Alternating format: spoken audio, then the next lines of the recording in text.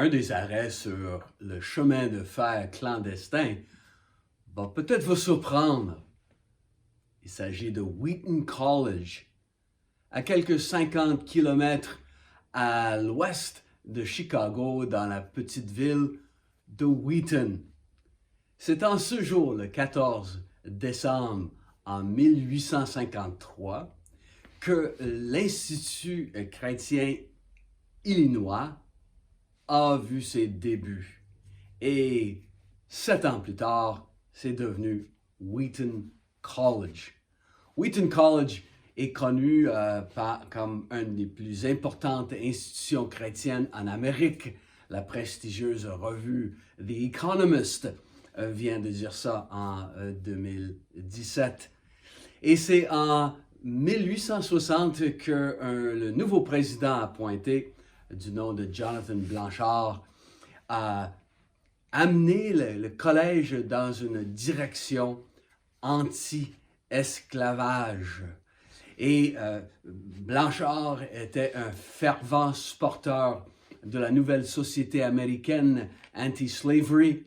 Et c'est ainsi, sous son leadership, que le collège est devenu un arrêt sur le chemin de fer clandestin.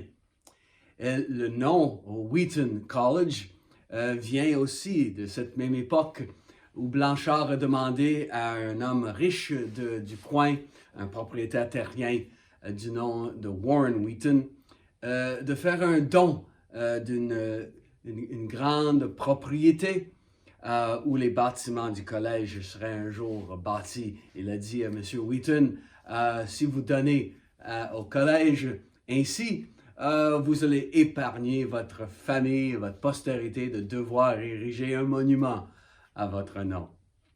Dans le collège Wheaton, des centaines d'esclaves qui fuyaient l'oppression du Sud ont trouvé refuge sur le chemin de fer clandestin, dans le bâtiment du collège et même dans le foyer du président du collège, Jonathan Blanchard. Parmi ses plus illustres gradués, on retrouve Billy Graham, qui a fréquenté pour faire ses études à Wheaton College en commençant en 1940. C'est là où il a rencontré sa future épouse Ruth également. Ce collège, bien connu aux États-Unis, avait et a encore comme devise For Christ and His Kingdom. Et une partie du royaume de Christ, c'est la liberté de chaque individu.